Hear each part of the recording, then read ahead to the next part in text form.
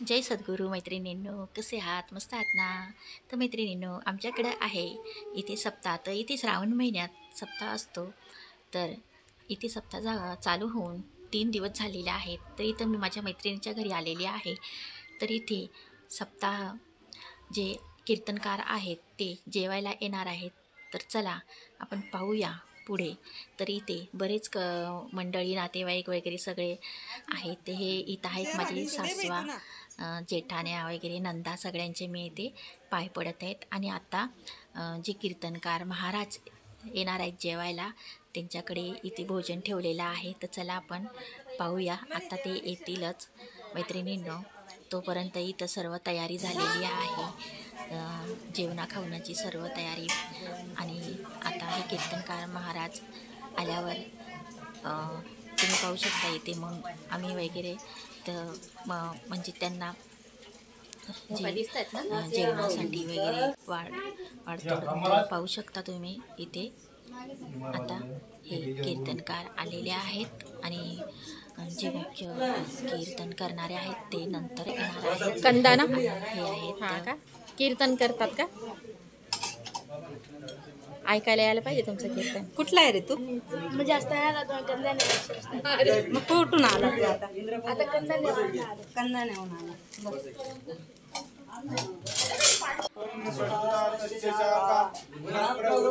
विषय प्रवाला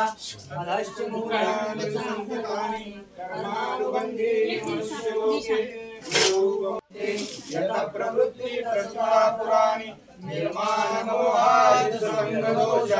अध्यात्मनित्या विनिवृत्त कामा विमुक्ता सुख दुःख सौम्ये ममैवांशो जीवलोके जीवभूत सनातन मनश्चानीन्द्रियाणि प्रकृतिस्थानि कर्षति शरीरं यवाप्नोति यच्चाप्युत्क्रामतीश्वरं गृहीत्वैतानि संयाति वायुगतानि वासया अर्धे अर्धे पोळी वाढा.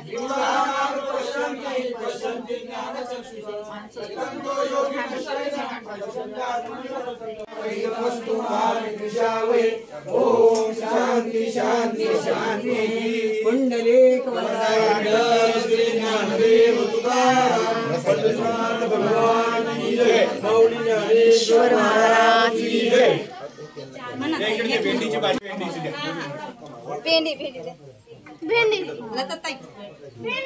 नाम नाम घ्या तुम्ही हुबे नका राहू, प्रसाद घ्या पण तसे नका जाऊ. नाम नाम घ्या तुम्ही हुबे नका राहू, प्रसाद घ्या पण तसे नका जाऊ. प्रसाद जिजला खडी साखरेचा, प्रसाद जिजला खडी साखरेचा, फेरा चुकविला जन्म मरणा जाऊ. नाम नाम घ्या तुम्ही हुबे नका राहू, प्रसाद घ्या पण तसे नका जाऊ.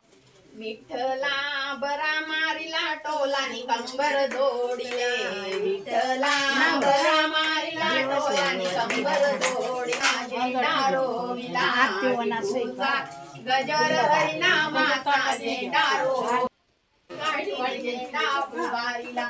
नदीच्या किनारी पिंपळाचं झाड तिथं नामदेव कीर्तन करी, नदीच्या किनारी पिंपळाचं झाड तिथं नामदेव कीर्तन करी. हात सोन्याचा तामालीला फांद्यावरी, हात सोन्याचा तामालीला फांद्या. भिजला हरीचा विना मुखाने विठ्ठल रुक्माई म्हणा, भिजला हरीचा विना मुखाने विठ्ठल रुक्माई. स्वयंपाक कसा झाला? सुंदर झाला का? आवडलं का आमच्या इथलं जेवण? हो खूपच. हो ना. साक्षात काय अन्नपूर्णा माता. हा.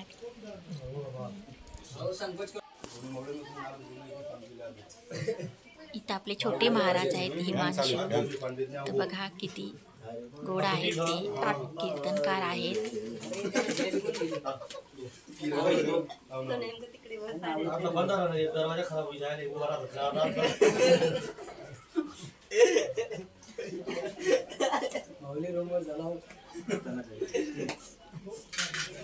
अरे फारी बिरवू नका, काही बोलू नको. नाही मी काही बोलत नाही. तुम्ही पूजा करी घेवाय महाराज.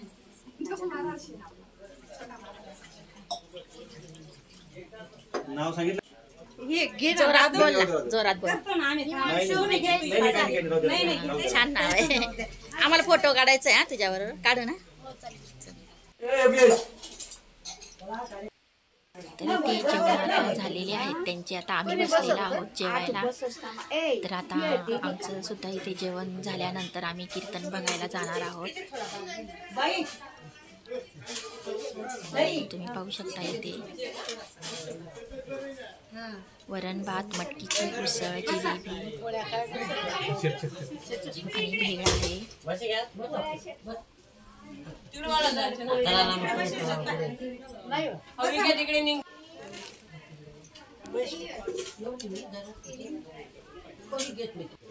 तर या सर्वांनी कीर्तन बघायला आईवडिलांनी देहांत प्रायश्चित्त करण्याकरता निघून जावं. लहानशा मुक्तावळी ज्ञानोबांपर्यंत येऊन पोहोचावं. त्याला सांगावं, दादा हो ज्ञान दादा. और सकाळी उठताक्षणी आईची नजर पडते. हो दादा. आईचा आवाज कानावरती पडतो. बाबांची कृपा दृष्टी होते. आज सकाळी उठल्यापासून आई नजरेला दिसत नाही, बाबा सुद्धा नजरेला दिसत नाही. ज्ञानोबाईने मुक्तावळीला लावलं, पोटाशी कळकाळावं आणि पोटाशी घट्ट करून मुक्तावळीला सांगावं लागते, आपली आई आणि आपले बाबा अशा ठिकाणी निद्राधीन झाली की त्या ठिकाणाहून त्यांना परत कोणी जाऊ शकत. आणि त्या ठिकाणी सगळ्या भावनांची मनाची अवस्था होती.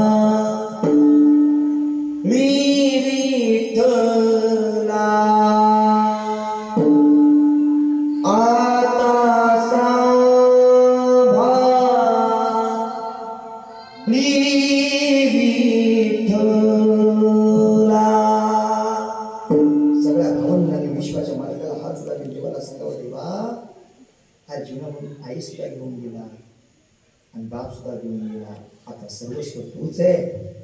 आता सांभा मी विठ्ठला,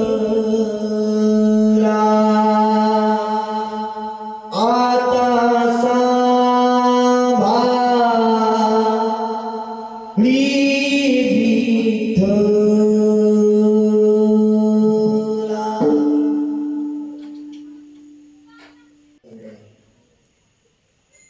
हे दुःख ज्याच्या जीवनातून मायबाप कमी काळात कमी वेळात निघून गेले त्याला विचारा. एक वाक्य जाता जाता सांगून जाईल, फक्त श्रवण वाचन करून ऐका.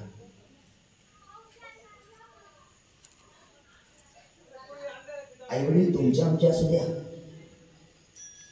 किंवा आईवडील संत महात्म्यांचे असू द्या, त्या दिवशी कुटुंब म्हणून आई नावाचं अस्तित्व किंवा बाप नावाचं अस्तित्व कुटुंब म्हणून कायमस्वरूपी प्राण होतं.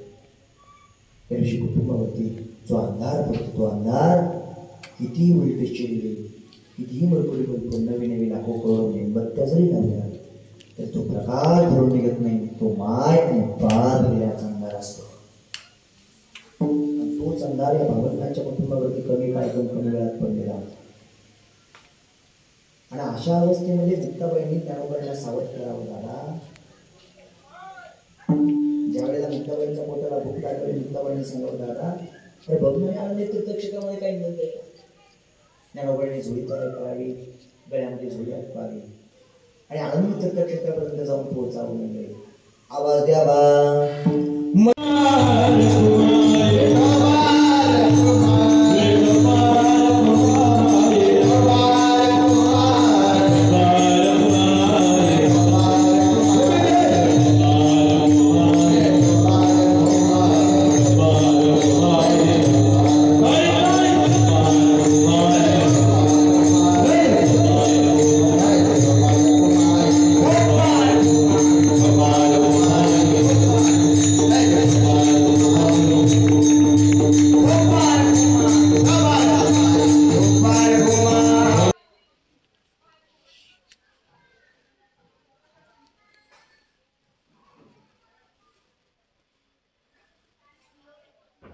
लाईक आणि शेअर करायला, सबस्क्राईब करायला विसरू नका.